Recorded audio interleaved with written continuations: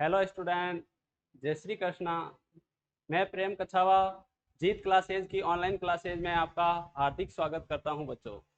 कल के वीडियो में हमने अध्याय 1 शुरू किया था जिसका नाम था विद्युत आवेश तथा क्षेत्र। विद्युत आवेश तथा क्षेत्र में हमने विद्युत्की के बारे में जाना था, स्थिर विद्युत्की के बारे में जाना था, गतिशील विद्युत्की के बारे में जाना था और विद्युत आवेश के बारे में हमने चर्चा की थी। विद्युत आवेश के बारे में सर्वप्रथम बताने वाले एक महान गणितज्ञ थे, वो थे थेल्स। उसके बाद आवेश के बारे में अगले बताने वाले महान वैज्ञानिक थे जिनका नाम था सर विलियम्स गिलबर्ट।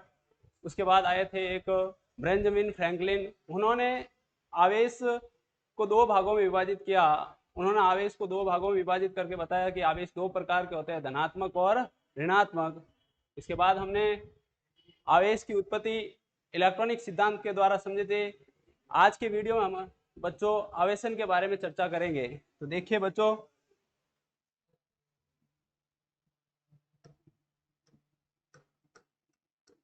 आवेशन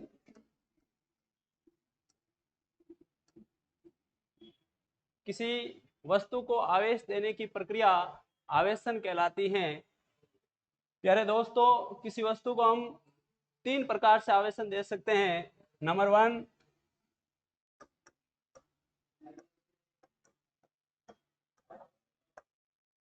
घर्षण द्वारा आवेशन।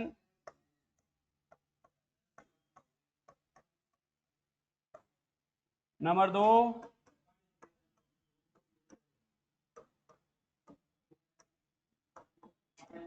चालन द्वारा आवेशन।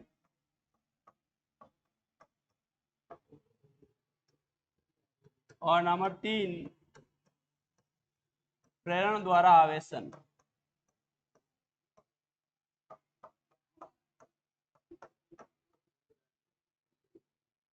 प्यारे दोस्तों, हम किसी भी वस्तु को तीन प्रकार से आवेशित कर सकते हैं, यानी किसी वस्तु को हम तीन विधियों द्वारा आवेशन कर सकते हैं। नंबर 1, घर्षण द्वारा आवेशन। नंबर 2, चालन द्वारा आवेशन। नंबर 3, प्रेरण द्वारा आवेशन। नंबर 1 विधि है बच्चों घर्षण द्वारा आवेशन। जब दो वस्तुओं को आपस में रगड़ा जाता है या घर्षण कराया जाता है तो उनमें ऊर्जा उत्पन्न होती है। जैसे पहले वस्तु के बाहरी कोश में उपस्थित इलेक्ट्रॉन पहली वस्तु के बाहरी कोश में उपस्थित इलेक्ट्रॉन पर अगर आकर्षण बल कम हो तो वो इलेक्ट्रॉन ऊर्जा पाकर दूसरी वस्तु में स्थानांतरण हो जाते हैं। तो पहली वस्तु में इलेक्ट्रॉनों की कमी और दूसरी वस्तु में इलेक्ट्रॉनों की अधिकतम हो जाती है बच्चों। तो पहली वस्तु में इलेक्ट्रॉनों की कमी होने के कारण वह धनात्मक और दूसरी वस्तु पर इलेक्ट्रॉनों की अधिकतम होने के कारण वह ऋणात्मक हो जाती है। तो घर्षण की प्रक्रिया में हमें दो वस्तुओं को आपस में रगड़ना है। रगड़ने के फलस्वरूप जिस ओर इलेक्ट्रॉनों की कमी होती है वहां पर तो होते हैं धनात्मक, और जहां इलेक्ट्रॉनों की वृद्धि होती है वहां बच्चों ऋणात्मक होते हैं। नंबर 2 विधि है चालन द्वारा आवेशन। चालन द्वारा आवेशन में जब किसी आवेशित वस्तु के पास हम उदासीन वस्तु ले जाते हैं तो उदासीन वस्तु भी आवेशित हो जाती है। प्यारे दोस्तों, नंबर 3 विधि है प्रेरण द्वारा आवेशन। जब किसी वस्तु को बिना स्पष्ट किए आवेश देने की प्रक्रिया क्या कहलाती है बच्चों? प्रेरण द्वारा आवेशन कहलाती है। यानी किसी वस्तु को बिना स्पष्ट किए आवेश देने की जो प्रक्रिया होती है वो क्या होती है बच्चों? प्रेरण द्वारा आवेशन। देखिए आगे, आवेशन क्या होता है? किसी भी वस्तु को आवेश देने की प्रक्रिया क्या कहलाती है? आवेशन कहलाती है। यानी किसी भी वस्तु को आवेश देने की जो प्रक्रिया होती है दोस्तों क्या कहलाएगी? आवेशन कहलाती है। ये तीन प्रकार से कर सकते हैं। नंबर 1, घर्षण द्वारा आवेशन। घर्षण द्वारा आवेशन में एक वस्तु को दूसरी वस्तु के साथ रगड़ा जाता है तो एक वस्तु से दूसरी वस्तु में इलेक्ट्रॉनों का स्थानांतरण होता है। जो वस्तु इलेक्ट्रॉन ग्रहण करती है उस पर ऋणावेश और जिस पर इलेक्ट्रॉन की हानि होती है उस पर धनावेश आ जाता है। इस प्रक्रिया में दोनों वस्तुओं पर समान परिमाण एवं विपरीत प्रकृति का आवेश उत्पन्न होता है। हम दो वस्तुएं लेते हैं ए एवं बी। ये ए वस्तु और ये बी वस्तु। जब ए एवं बी को आपस में रगड़ा जाता है तो एक है बाह्यतम कोश में उपस्थित इलेक्ट्रॉन पर आकर्षण बल कम हो तो बाह्यतम कोश के इलेक्ट्रॉन ऊर्जा पाकर ए से कहां चले जाएंगे, बी में। तो ए में इलेक्ट्रॉनों की कमी आई तथा बी में इलेक्ट्रॉनों की वृद्धि होने के कारण ए पर तो आता है धनावेश, जबकि बी पर क्या आता है बच्चों, ऋणावेश। ये रगड़ने से पहले की बात करें हम, अगर हम ए तथा बी को आपस में रगड़ते हैं तो ए पर तो बच्चों क्या आता है, धन आवेश, और बी पर क्या आता है, ऋण आवेश। ए से इलेक्ट्रॉन कहां चले जाते हैं, बी में। तो ए में इलेक्ट्रॉनों की कमी आती है और बी में इलेक्ट्रॉनों की क्या होती है, वृद्धि होती है। जहां पर इलेक्ट्रॉनों की कमी आती है वहां तो धनावेश आता है, और जहां इलेक्ट्रॉनों की वृद्धि होती है वहां क्या आता है, ऋणावेश आता है। क्या घर्षण से पूर्व ऐसा हुआ था, नहीं। जैसे ही हमने ए तथा बी को आपस में घर्षण कराया तो ए के बाहरी कोश में उपस्थित इलेक्ट्रॉनों पर आकर्षण बल कम लगा, और आकर्षण बल कम होने के कारण बाहरी कोश के इलेक्ट्रॉन घर्षण द्वारा ऊर्जा प्राप्त करके ए से कहां चले गए, बी में, घर्षण के पश्चात। तो ए में इलेक्ट्रॉनों की कमी आई है और बी में इलेक्ट्रॉनों की क्या हुई है, वृद्धि। तो जहां इलेक्ट्रॉनों की कमी आती है वहां तो धनावेश, और जहां इलेक्ट्रॉनों की वृद्धि होती है वहां ऋणावेश उत्पन्न होता है। जो वस्तु इलेक्ट्रॉन त्यागती है उस पर क्या आता है, धन आवेश, और जो वस्तु इलेक्ट्रॉन ग्रहण करती है उस पर क्या आता है, हमेशा ऋणावेश। आगे देखिए, घर्षण विद्युत के उदाहरण। घर्षण से पूर्व हम बात करते हैं कांच प्लस रेशम। जब कांच और रेशम को आपस में रगड़ा जाता है तो कांच के बाहरी कोश में उपस्थित इलेक्ट्रॉन पर आकर्षण बल कम होने के कारण वो घर्षण द्वारा प्राप्त ऊर्जा को ग्रहण करके कांच से कहां चले जाते हैं, रेशम में। तो घर्षण से पश्चात कांच से इलेक्ट्रॉन कहां चले जाते हैं, रेशम में। तो कांच में इलेक्ट्रॉनों की क्या आ जाती है, कमी। जहां इलेक्ट्रॉनों की कमी आई वहां पर हमेशा क्या आता है, धनावेश। तो कांच कैसा हो जाएगा, धनावेशित, और रेशम कैसा हो जाता है, ऋणावेशित। तो रेशम पर कौन सा चार्ज लगेगा, माइनस का। तो कांच पर कौन सा चिन्ह लगा, धनावेश का, और रेशम पर कौन सा है, ऋणावेश का। ये घर्षण से पूर्व की बात है और ये घर्षण से बाद। तो घर्षण से पूर्व हमने कांच और रेशम लिया, कांच और रेशम को आपस में रगड़ा तो कांच के बाहरी कोश में उपस्थित इलेक्ट्रॉन पर आकर्षण बल कम होने के कारण बाहरी कोश के इलेक्ट्रॉन ऊर्जा पाकर कांच से कहां चले जाते हैं, रेशम में। तो कांच में इलेक्ट्रॉनों की कमी आई घर्षण के बाद, तो कांच में इलेक्ट्रॉनों की कमी आने के कारण वो धनावेशित हो जाता है, और रेशम में इलेक्ट्रॉनों की वृद्धि होने के कारण वो कैसे हो जाते हैं, ऋणावेशित। फिर हमने घर्षण से पूर्व, तो घर्षण से पूर्व हमने एक एबोनाइट की छड़ को, एबोनाइट की छड़ को किसके साथ रगड़ा बच्चों, बिल्ली की खाल के साथ। जब हम एबोनाइट की छड़ को बिल्ली की खाल के साथ रगड़ते हैं तो बिल्ली की खाल के बाह्यतम कोश में उपस्थित इलेक्ट्रॉन ऊर्जा पाकर, बिल्ली की खाल से बाह्यतम कोश में उपस्थित इलेक्ट्रॉन ऊर्जा पाकर बिल्ली की खाल से एबोनाइट की छड़ में चले जाते हैं। तो बिल्ली की खाल पर तो आता है बच्चों धनावेश, क्योंकि इसमें इलेक्ट्रॉनों की क्या हुई है, कमी। इस पर आता है धनावेश, और एबोनाइट पर आता है ऋणावेश। तो किसी वस्तु को आवेशन देने की प्रक्रिया आवेशन कहलाती है। हमने पहली विधि पर चर्चा की है, वो है घर्षण द्वारा आवेशन। जब दो वस्तुओं को आपस में रगड़ते हैं तो रगड़ने की प्रक्रिया में एक और इलेक्ट्रॉनों की कमी आती है, दूसरी ओर इलेक्ट्रॉनों की वृद्धि आती है। जहां इलेक्ट्रॉनों की कमी होती है वहां तो धनावेश, और जहां इलेक्ट्रॉनों की वृद्धि होती है वहां होता है ऋणावेश। देखिए बच्चों, इस प्रकार हम धनावेशित और ऋणावेशित के कुछ जोड़े बनाए वैज्ञानिकों ने। कांच की छड़ हमेशा कैसी होती है? धनावेशित। बिल्ली की खाल कैसी होती है? धनावेशित। ऊनी कपड़े कैसे होते हैं? हमेशा धनावेशित। और रेशम के कपड़े कैसे होते हैं? ऋणावेशित। और प्लास्टिक की छड़ कैसी होती है? ऋणावेशित। एबोनाइट की छड़ कैसी होती है? ऋणावेशित। और एम्बर कैसा होता है? ऋणावेशित। तो घर्षण द्वारा आवेशन, घर्षण द्वारा आवेशन में एक वस्तु को दूसरी वस्तु के साथ रगड़ा जाता है तो एक वस्तु से दूसरी वस्तु में इलेक्ट्रॉनों का स्थानांतरण होता है। जो वस्तु इलेक्ट्रॉन ग्रहण करती है उस पर तो कौन सा चार्ज आता है? ऋणावेश। और जिस वस्तु पर इलेक्ट्रॉन की हानि होती है उस पर कौन सा चार्ज आता है? धन आवेश। आगे देखिए, दूसरा है चालन द्वारा आवेशन। चालन द्वारा आवेशन में हम सर्वप्रथम एक अनावेशित वस्तु लेते हैं।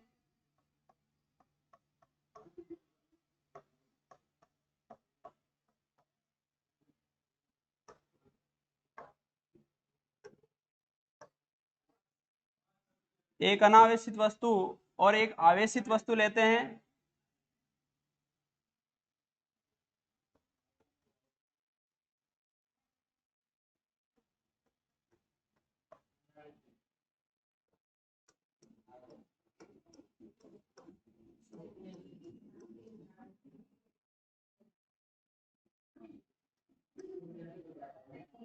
धन आवेशित वस्तु लेते हैं।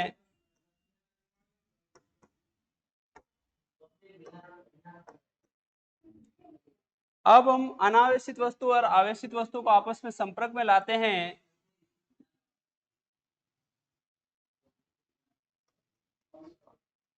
कुचालक स्टैंड है बच्चों।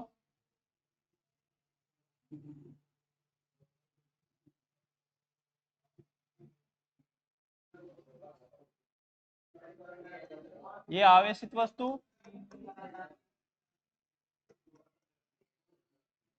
जैसे ही हम अनावेशित वस्तु को आवेशित वस्तु के संपर्क में लाते हैं तो अनावेशित वस्तु भी क्या हो जाती है बच्चों? आवेशित हो जाती हैं। अतः दोनों वस्तुओं पर समान परिमाण का आवेश उत्पन्न हो जाता है। दोनों वस्तुओं को अब अलग अलग कर देते हैं।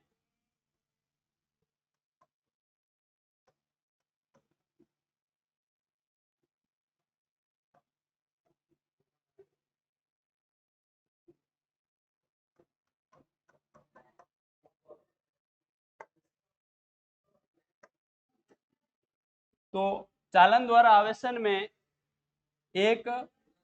जब एक अनावेशित वस्तु के संपर्क में आवेशित वस्तु को लाते हैं तो वस्तुओं पर समान प्रकृति का आवेश आ जाता है। वस्तुओं पर कौन सा प्रकृति का आवेश आएगा? समान प्रकृति का। आगे देखिए, प्रेरण द्वारा आवेशन। किसी वस्तु को बिना स्पष्ट किए आवेशित करने की प्रक्रिया प्रेरण द्वारा आवेशन कहलाता है।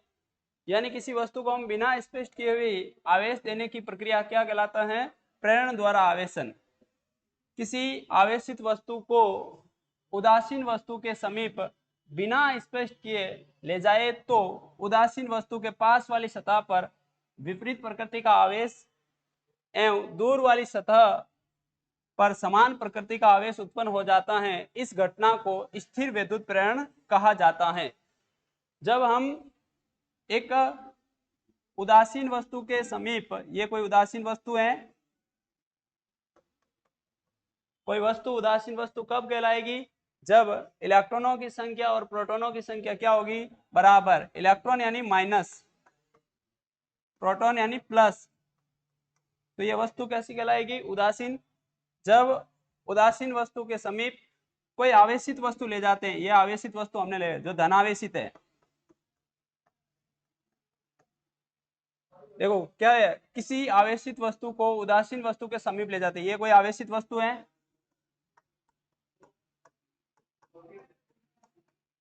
जिसको हमने उदासीन वस्तु के समीप ले जाते हैं।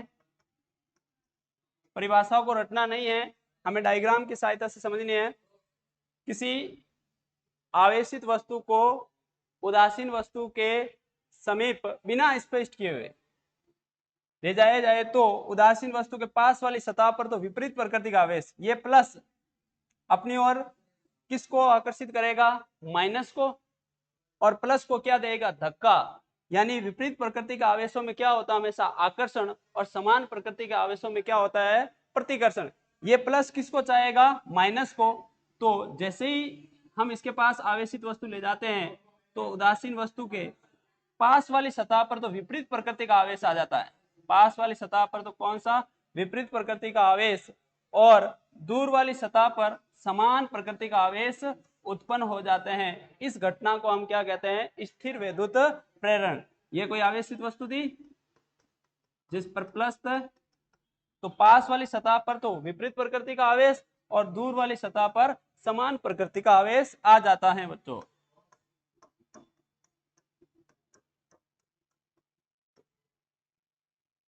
आगे देखिए, प्रेरण द्वारा धनात्मक वस्तु प्राप्त करना, यानी प्रेरण द्वारा हमें धनात्मक वस्तु प्राप्त करने के लिए 5 नियम है। पहला नियम देखिए, सर्वप्रथम उदासीन वस्तु को कुचालक स्टैंड पर रखा जाता है। यानी सर्वप्रथम एक उदासीन वस्तु लेते हैं, उसको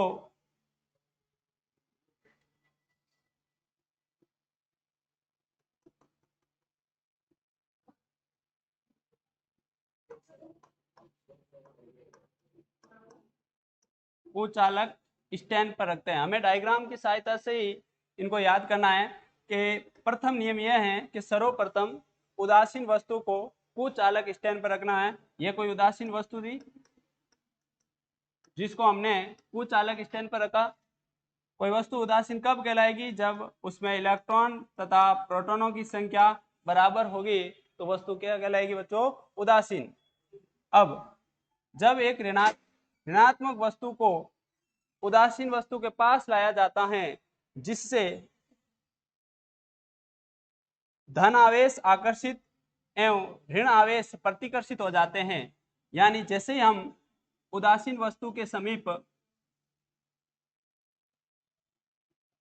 कुचालक स्टैंड पर रखी है बच्चों, ये वस्तु कुचालक स्टैंड पर क्यों रखते हैं, अगर हम चालक स्टैंड लेंगे तो संपूर्ण आवेश पृथ्वी के अंदर चले जाएंगे, इसलिए हमें स्टैंड कैसी लेनी है, कुचालक। जैसे ही हम इसके पास कोई ऋणावेशित वस्तु ले जाते हैं, क्योंकि हमें वस्तु कैसी बनानी है बच्चों, धनावेशित। जब हम उदासीन वस्तु के समीप ऋणावेशित वस्तु ले जाते हैं तो हम ऋणावेशित वस्तु इसके समीप ले जाते हैं।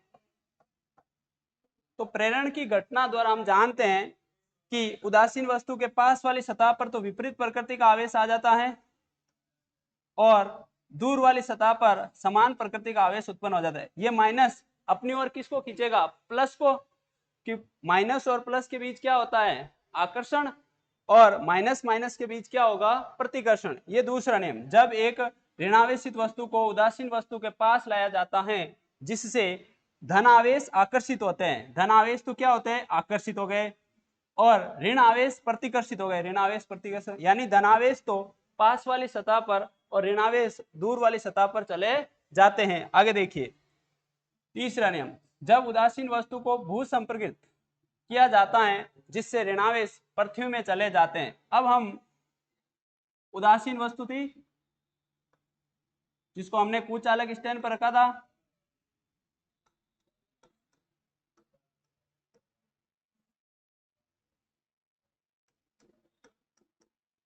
को भू संपर्कित कर दिया। जैसे ही हम इसको भू संपर्कित कर देते हैं तो ये ऋणावेश कहाँ चले जाते हैं, पृथ्वी के अंदर। अब अगला नियम देखिए, चौथा, अब भू संपर्कित तार को हटा दिया जाता है। पहले किसको हटाना है, भू संपर्कित तार को। अगर हम आवेशित वस्तु को पहले हटा देंगे तो संपूर्ण आवेश कहाँ चला जाएगा, जो पृथ्वी के अंदर चले जाएगा। तो सर्वप्रथम हमें पहले किसको हटाना है, भू संपर्कित तार को। तो इसको हटा देते हैं, पीछे क्या रहेगा, सिर्फ धनावेश। ये हमारे पास ऋणावेशित वस्तु। अगला पांचवा नियम देखिए, अब ऋणावेशित वस्तु को भी हटा दिया जाता है। इस प्रकार प्रेरण की सहायता से हमें धनात्मक वस्तु प्राप्त होती है। तो प्रेरण की सहायता से हमें कैसी वस्तु प्राप्त होती है? धनात्मक।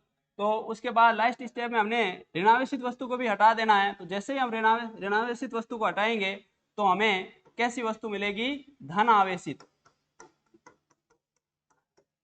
तो ये सवाल इंपॉर्टेंट है, बोर्ड में पूछा जाता है कि स्थिर वैद्युत प्रेरण किसे कहते हैं? जब किसी उदासीन वस्तु के पास कोई आवेशित वस्तु ले जाते हैं तो उदासीन वस्तु के पास वाली सतह पर तो विपरीत प्रकृति का आवेश और दूर वाली सतह पर समान प्रकृति का आवेश उत्पन्न हो जाता है। इस घटना को स्थिर वैद्युत प्रेरण कहते हैं बच्चों। ये 5 नियमों द्वारा संपन्न होते हैं। अगर हमें कोई धनात्मक वस्तु प्राप्त करनी है तो उसके पास ऋणावेशित वस्तु ले जाना पड़ेगा।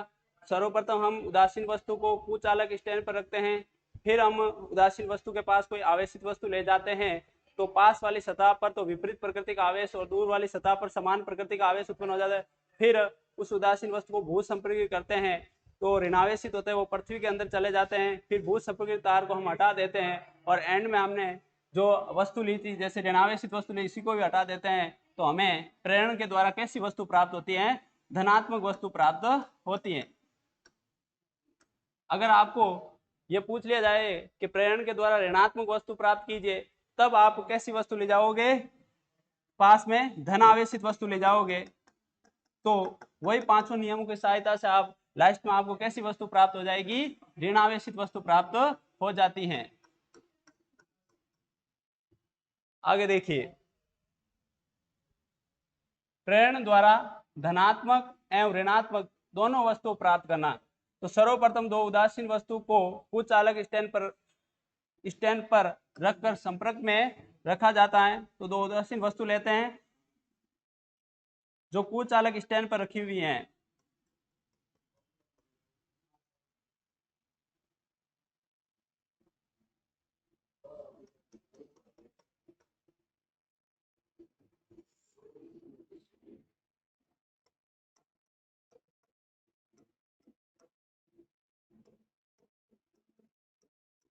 कोई वस्तु उदासीन वस्तु कब कहलाएगी?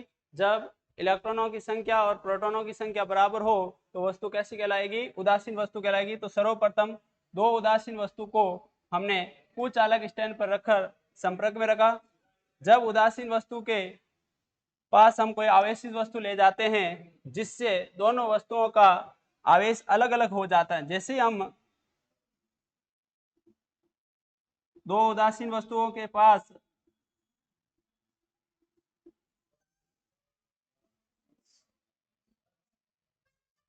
तो दोनों वस्तुओं का आवेश अलग अलग हो जाता है। मैंने इसके पास कोई धनावेशित वस्तु ले जाते हैं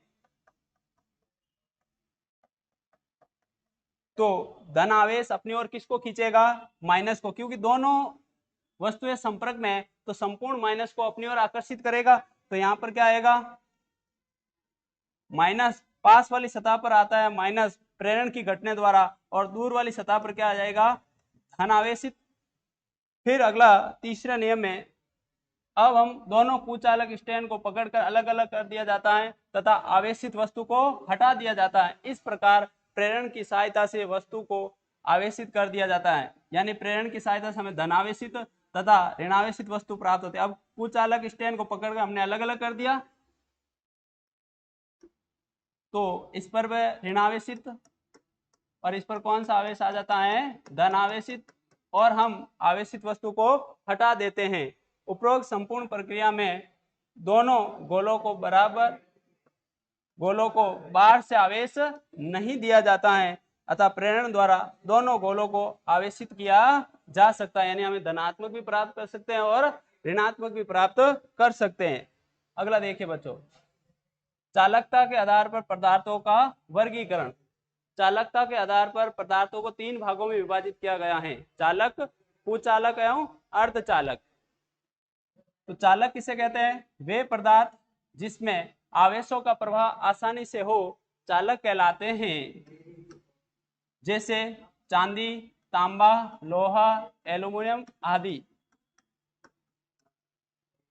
कुचालक या विद्युत रोधी वे पदार्थ जिनमें आवेशों का प्रवाह संभव नहीं हो वो क्या कहलाते हैं, कुचालक। जैसे कांच, प्लास्टिक, एबोनाइट, ऊन, रेशम आदि, ये सभी क्या कहलाते हैं, कुचालक।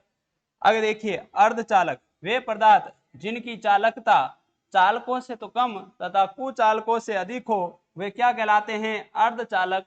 और शुद्ध अर्धचालक कौन कौन होते हैं, सिलिकॉन एवं जर्मेनियम। आगे देखिए विद्युतदर्शी। विद्युतदर्शी एक ऐसा उपकरण है, किसी वस्तु पर उपस्थित आवेश का पता लगा दिया जाता है। विद्युतदर्शी की सहायता से किसी वस्तु पर उपस्थित आवेश का पता लगाया जा सकता है। यानी एक ऐसा उपकरण है कि किसी वस्तु पर धनावेश है या ऋणावेश है। धनावेश या ऋणावेश किसने बताया था, वैज्ञानिक थे एक बेंजामिन फ्रैंकलिन ने, जो सर्वप्रथम आवेश को दो भागों में विभाजित किया, धनात्मक और ऋणात्मक। अब हम विद्युतदर्शी की सहायता से किस वस्तु पर धनावेश है या ऋणावेश है इसका पता लगाने के लिए हम कौन सा उपकरण लेंगे, विद्युतदर्शी। तो किसी वस्तु पर उपस्थित आवेश की ध्रुवता, ध्रुवता यानी प्लस और माइनस का पता लगाने वाला उपकरण क्या कहलाता है, विद्युतदर्शी कहलाता है। तो विद्युतदर्शी को हमने दो भागों में विभाजित किया है।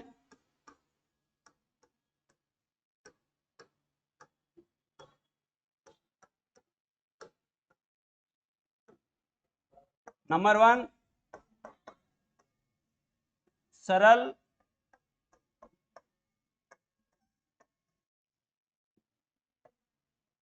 विद्युतदर्शी,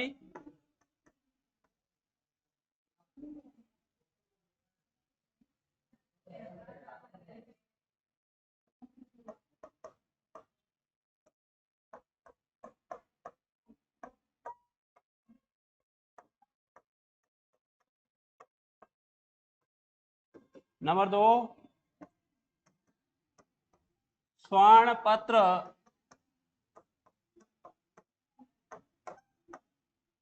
विद्युतदर्शी। विद्युतदर्शी एक ऐसा उपकरण है जिसकी जिसकी सहायता से आवेश की उपस्थिति का पता लगा दिया जाता है। यानी आवेश धनावेश है या ऋणावेश इसका पता लगाया जाता है। सर्वप्रथम आवेश दो प्रकार के होते हैं, धनावेश, धनात्मक और ऋणात्मक। ये किसने बताया था, वैज्ञानिक बेंजामिन फ्रैंकलिन ने। आगे देखिए नंबर 1 है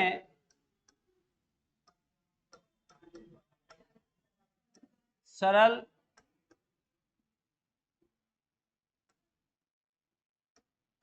विद्युतदर्शी।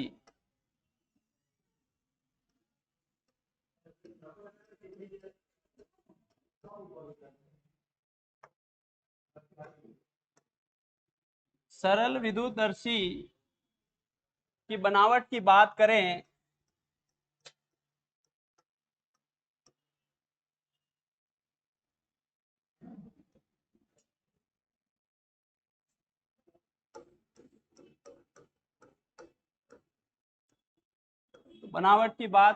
सरल विद्युतदर्शी में एक कांच का झार लेते हैं,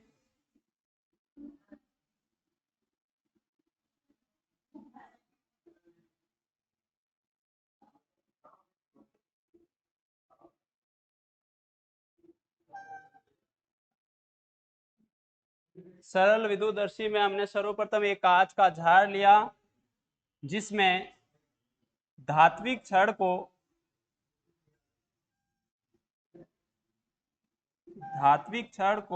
कोरक की सहायता से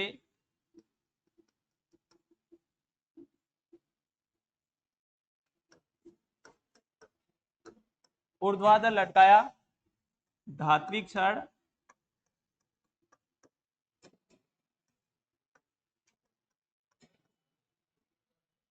सरल विद्युतदर्शी की बनावट की बात करें तो इसमें एक कांच का झार होता है।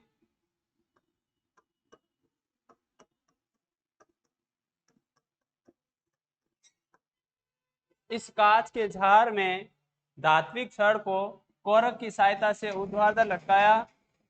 इस धात्विक छड़ के नीचे वाले सिरे पर दो एल्यूमिनियम की पत्तियां लगी होती हैं।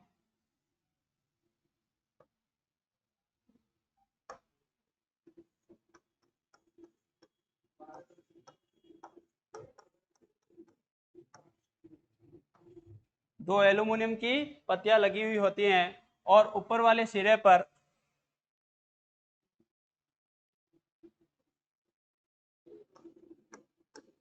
एक धात्विक गुंडी लगी होती है।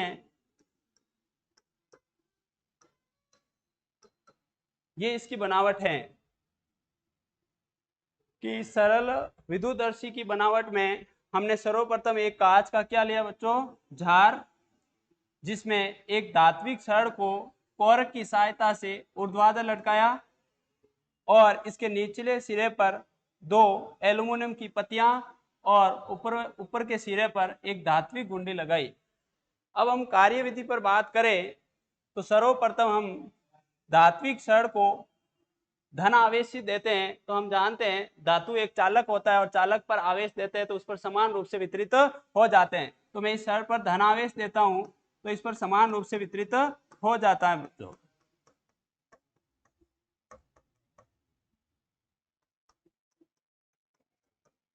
जैसे ही हम इसके पास कोई आवेशित वस्तु ले जाते हैं, ये कोई वस्तु है, हमें नहीं पता ये वस्तु धनावेश है या ऋणावेश है। अगर हम इस वस्तु को इस धात्विक गुंडी के जैसे ही संपर्क में ले जाते हैं तो ये धात्विक छड़ है, धातु है, और धातुओं में आवेशों का प्रवाह आसानी से होंगे। अगर समान प्रकृति का आवेश होगा, ये भी प्लस और अगर ये भी प्लस होगा, अगर प्लस प्लस होगा तो एल्यूमिनियम की पत्तियां दूर दूर होगी। एल्यूमिनियम की पत्तियां क्या होगी बच्चों, दूर दूर। अगर मैं तब हम कहेंगे जो हमने वस्तु ली है उस पर आवेश कैसा होगा, धनावेश, क्योंकि हमें यही पता लगाना है कि किसी वस्तु पर आवेश की उपस्थिति का पता लगाना, वो वस्तु धनावेश है या ऋणावेश है या उदासीन है। अगर वस्तु में कोई तरह का आवेश नहीं होगा तो एल्यूमिनियम की पत्तियों में कोई प्रभाव नहीं पड़ेगा। अगर हम धनावेश ले जाएंगे तो प्लस प्लस के बीच क्या होगा, प्रतिकर्षण, और प्रतिकर्षण होने के कारण एल्यूमिनियम की पत्तियां फैल जाती हैं। अगर हम माइनस आवेश को ले जाते हैं, प्लस को ना ले जाकर माइनस आवेश को ले जाते हैं तो प्लस और माइनस के बीच होता है आकर्षण, तो एल्यूमिनियम की पत्तियां होती है वो सिकुड़ जाती हैं। देखिए बच्चों आगे,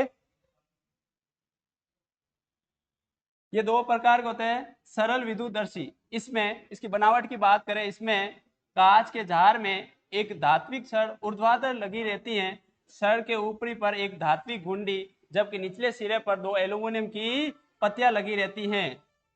आगे देखिए इसकी कार्यविधि, ऊर्ध्वाधर धात्विक छड़ पूर्व में ही आवेशित रहती है, पहले ही हम आवेशित कर देते हैं क्योंकि छड़ एक चालक है और चालकों में आवेशों का प्रवाह आसानी से होता है। जैसे ही हम धनावेश देंगे तो उसमें समान रूप से वितरित हो जाते हैं। जब किसी आवेशित वस्तु धात्विक गुंडी के संपर्क में ले जाई जाती हैं तो कुछ आवेश पत्तियों पर स्थानांतरण हो जाता है। यदि पत्तियां फैल जाती हैं तो आवेशित वस्तु पर छड़ के समान ही आवेश होगा। अगर पत्तियां सिकुड़ जाती हैं तो आवेशित वस्तु पर विपरीत प्रकृति का आवेश होगा। और बच्चों आपको डायग्राम बनाना है यहाँ पर, वो कि सर्वप्रथम हम एक कांच का जार लेते हैं,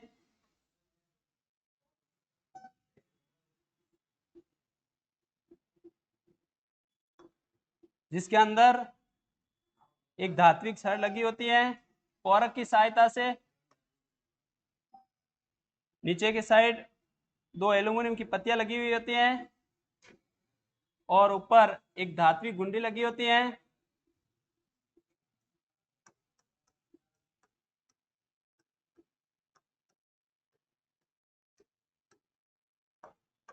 ये कांच का जार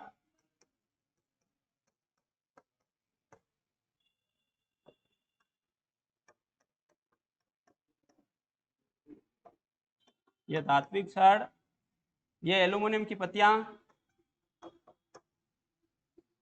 और इसके पास कोई आवेशित वस्तु जैसे धनावेश। जैसे हम कोई धात्विक छड़ को आवेश देते तो आवेश इस पर समान रूप से फैल जाता है। जैसे धनावेश दिया और ये भी धनावेश इसके संपर्क में ले जाते हैं तो धन आवेश और धनावेश के मध्य क्या होता है, प्रतिकर्षण, और प्रतिकर्षण होने के कारण ये एल्यूमिनियम की पत्तियां बच्चों फैल जाती हैं। आगे देखिए स्वर्ण पत्र विद्युतदर्शी। स्वर्ण पत्र विद्युतदर्शी सरल विद्युतदर्शी के भांति ही होता है। इसमें एल्यूमिनियम की पत्तियों के स्थान पर सोने की पत्तियों का प्रयोग में ली जाती हैं। अगला टॉपिक देखिए बच्चों,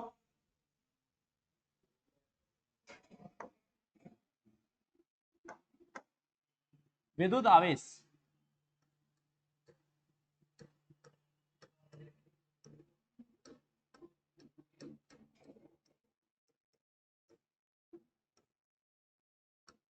विद्युत आवेश किसे कहते हैं? किसी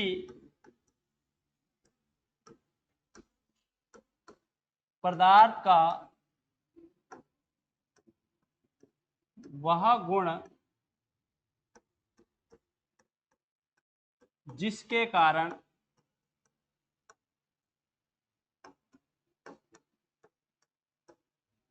विद्युत क्षेत्र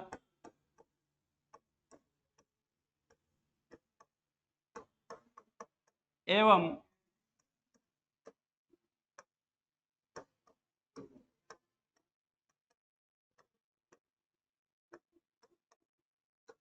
चुंबकीय क्षेत्र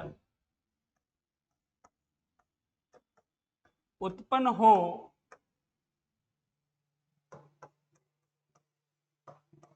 विद्युत आवेश कहलाता है। क्या कहलाता है दोस्तों?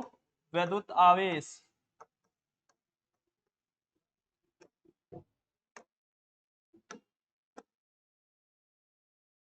किसी पदार्थ का वह गुण, किसी पदार्थ का वह गुण जिसके कारण विद्युत क्षेत्र एवं चुंबकीय क्षेत्र उत्पन्न हो, वो विद्युत आवेश कहलाता है।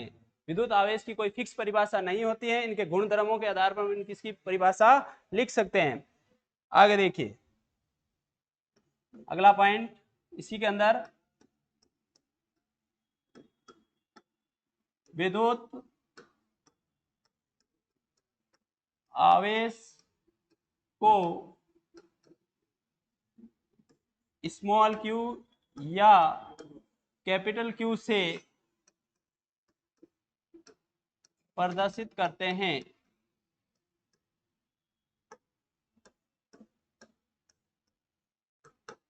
यानी विद्युत आवेश को हम स्मॉल क्यू या कैपिटल क्यू से प्रदर्शित करते हैं।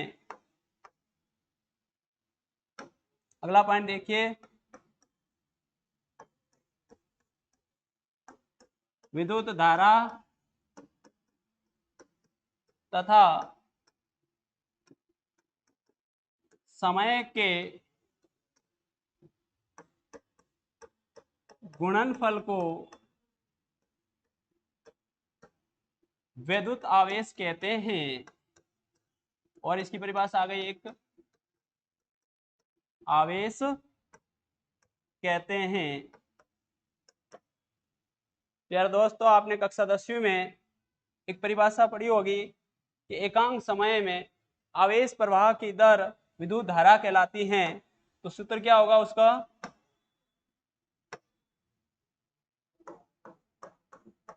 विद्युत धारा बराबर आवेश बट्टा समय। तो विद्युत धारा बराबर आवेश अपॉन क्या आएगा? समय। ये सूत्र होता है विद्युत धारा का। विद्युत धारा को प्रदर्शित करते I से, आवेश को Q से, समय को T से। हमें किसका सूत्र चाहिए? आवेश का। तो Q बराबर I इंटू टी। क्या सूत्र आया हमारे पास? Q बराबर I इंटू टी। यानी विद्युत धारा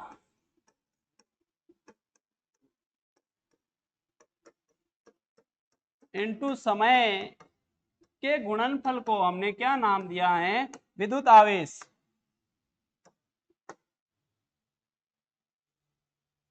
अगला पॉइंट देखिए,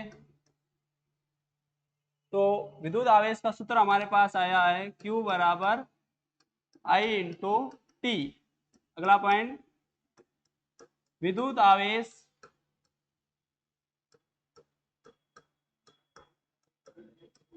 एक अदिश राशि है। कैसी राशि है? अदिश राशि है। तो विद्युत आवेश एक कैसी राशि है? अदिश राशि। विद्युत आवेश को हम कह सकते हैं ये अदिश राशि है, सदिश राशि नहीं है। अगला पॉइंट देखिए,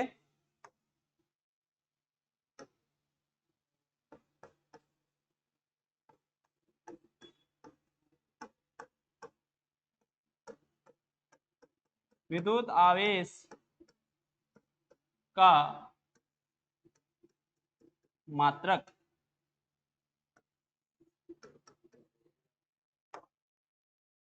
नंबर 1, आवेश का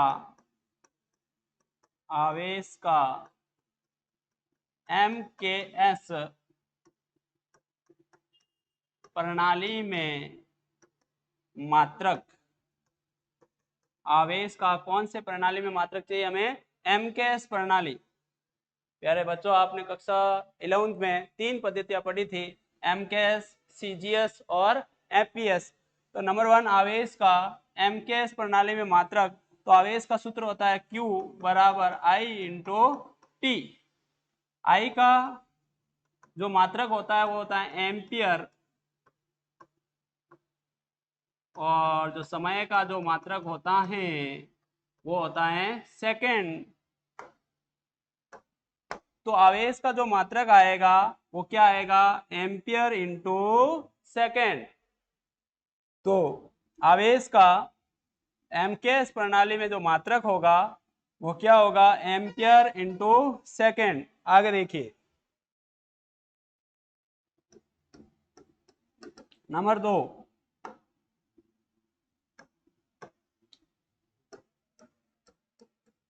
आवेश का एसआई प्रणाली में या पद्धति में मात्रक क्या होगा? कूलाम। जिस प्रकार बल का मात्रक न्यूटन होता है और न्यूटन को हम किससे प्रदर्शित करते हैं? एन से, इसी प्रकार आवेश का जो मात्रक होता है वो कूलाम होता है, और कूलाम को हम किससे प्रदर्शित करते हैं? सी से। तीसरा देखिए, आवेश का सीजीएस प्रणाली में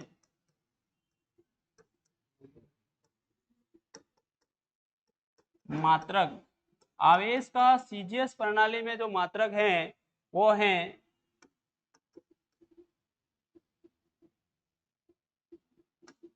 स्टेट कूलाम,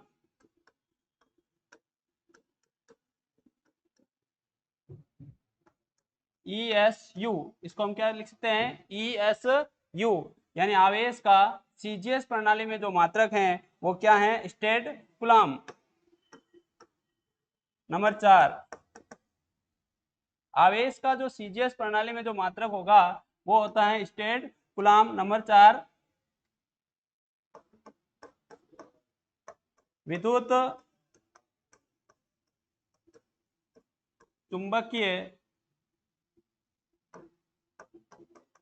मात्रक, जिसको हम कहते हैं EMU, इलेक्ट्रोमैग्नेट यूनिट, जिसे हम प्रदर्शित करते हैं EMU। नंबर 4 पे अब हम जानते हैं कि एक EMU बराबर होता है 3 इंटू 10 की घात 10, 3 इंटू 10 की घात 10 ESU। ESU का मतलब होता है स्टेट कूलाम। ये संबंध होता है किसके अंदर? EMU और ESU के अंदर। अगला देखिए, तो एक EMU बराबर होता है 3 इंटू 10 की घात 10 ESU। पहला संबंध।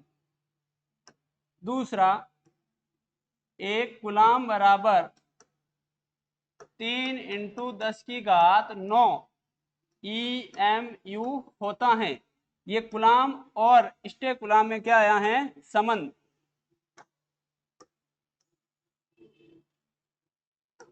अब आगे देखिए, तो एक कूलाम बराबर 3 इंटू 10 की घात 9। अब हम ESU ESU को हम के स्थान पर अगर हम ये रख देते EMU, यहां पर आएगा बच्चों ESU 10⁻9 ESU। ये एक गुलाम और ESU में संबंध यानी स्टेट गुलाम तथा आवेश गुलाम के मध्य संबंध है। एक गुलाम बराबर 3 × 10⁹ ESU। अब हम ESU के स्थान पर ये रख देते तो हमारे पास एक गुलाम बराबर 3 × 10⁹। अब ESU के स्थान पर ये रखेंगे तो ये किसके अंदर चला जाएगा, हर के अंदर। तो एक EMU बटे में कितना जाएगा 3 × 10⁻10। 3 को 3 ने मारा, 10⁻9 से 10⁻9 क्या हो गई, कैंसिल। तो एक गुलाम बराबर होता है 1/10 EMU। ये एक गुलाम तथा EMU में क्या है बच्चों, संबंध। आगे देखिए,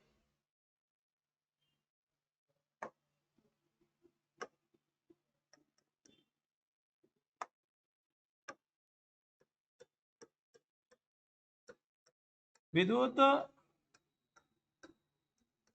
आवेश का विमीय सूत्र।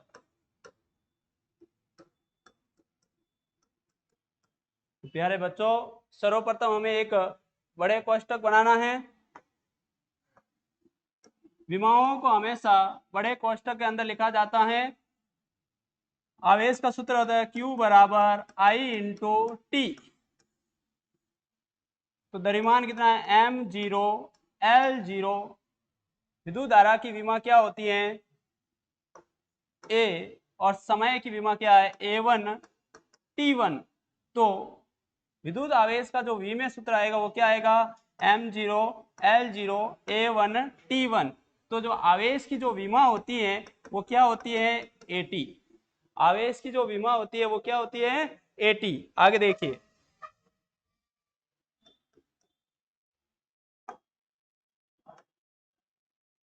अब आवेश के अन्य मात्रक,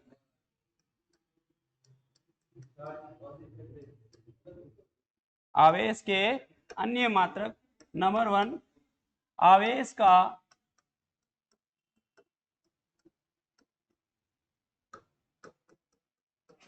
सबसे बड़ा मात्रक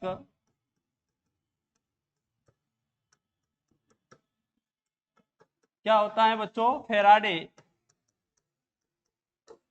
आवेश का सबसे बड़ा मात्रक क्या होता है फेराडे। एक फेराडे बराबर होता है 96,500 कूलाम, यानी 96,500। तो फेराडे और कूलाम के मध्य संबंध होता है एक फेराडे बराबर होता है 96,500 कूलाम। नंबर 2, आवेश का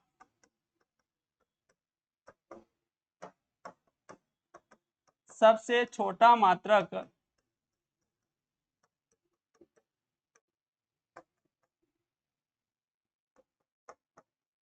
फ्रैंकलिन होता है। इसी को हम कहते हैं ESU, यानी स्टेट कूलाम होता है। यानी आवेश का सबसे छोटा मात्रक क्या होता है फ्रैंकलिन। अगला टॉपिक देखिए, आवेश के कुछ लघु मात्रक।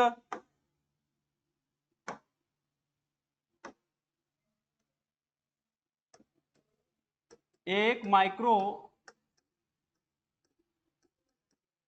कूलाम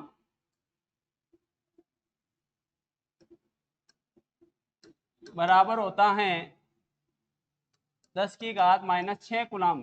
ये बच्चों न्यूमेरिकल के अंदर काम आएंगे। एक नैनो कूलाम NC बराबर 10⁻⁻9 C।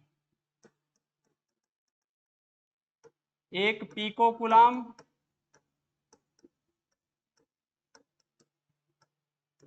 PC बराबर 10⁻12 C। और एक मिली कूलाम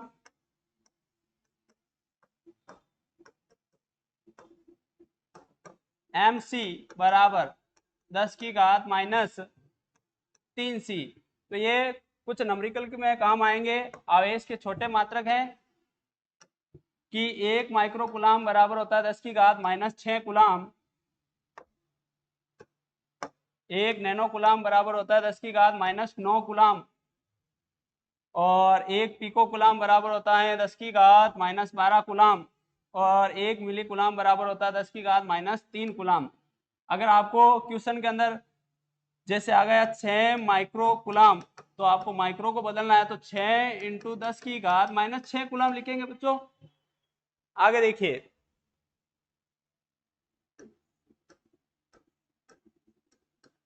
एक कूलाम की परिभाषा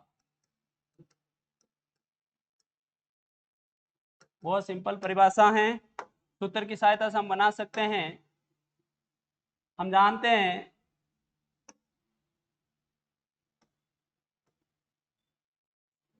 आवेश का मात्रक कूलाम मात्रक के रूप में हमें परिभाषा देनी पड़ेगी, बराबर किसके बराबर, 1 एम्पियर इंटू 1 सेकेंड के बराबर होता है। और हमें पता है विद्युत धारा का प्रवाह किसके अंदर होता है, चालक के अंदर। तो हम सर्वप्रथम एक चालक लेते हैं। तो परिभाषा बहुत सिंपल है, किसी चालक में 1 एम्पियर धारा, ये कोई चालक है, किसी चालक में 1 एम्पियर धारा, 1 एम्पियर धारा 1 सेकेंड के लिए प्रवाहित हो तो उस चालक पर उत्पन्न आवेश को हम क्या कहेंगे, 1 कूलाम कहेंगे। तो लिखिए, किसी चालक में 1 एम्पियर धारा, 1 एम्पियर धारा 1 सेकेंड तक प्रवाहित हो तो उस चालक में उत्पन्न आवेश को 1 कूलाम कहा जाता है। बहुत सिंपल परिभाषा, हम इस सूत्र के सहायता से हम आसानी से दे सकते हैं कि किसी चालक, ये रहा चालक में 1 एम्पियर धारा, ये 1 एम्पियर धारा 1 सेकेंड तक प्रवाहित हो तो उस चालक के उस चालक में उत्पन्न आवेश को क्या कहते हैं, 1 कूलाम कहते हैं। अगला टॉपिक देखिए,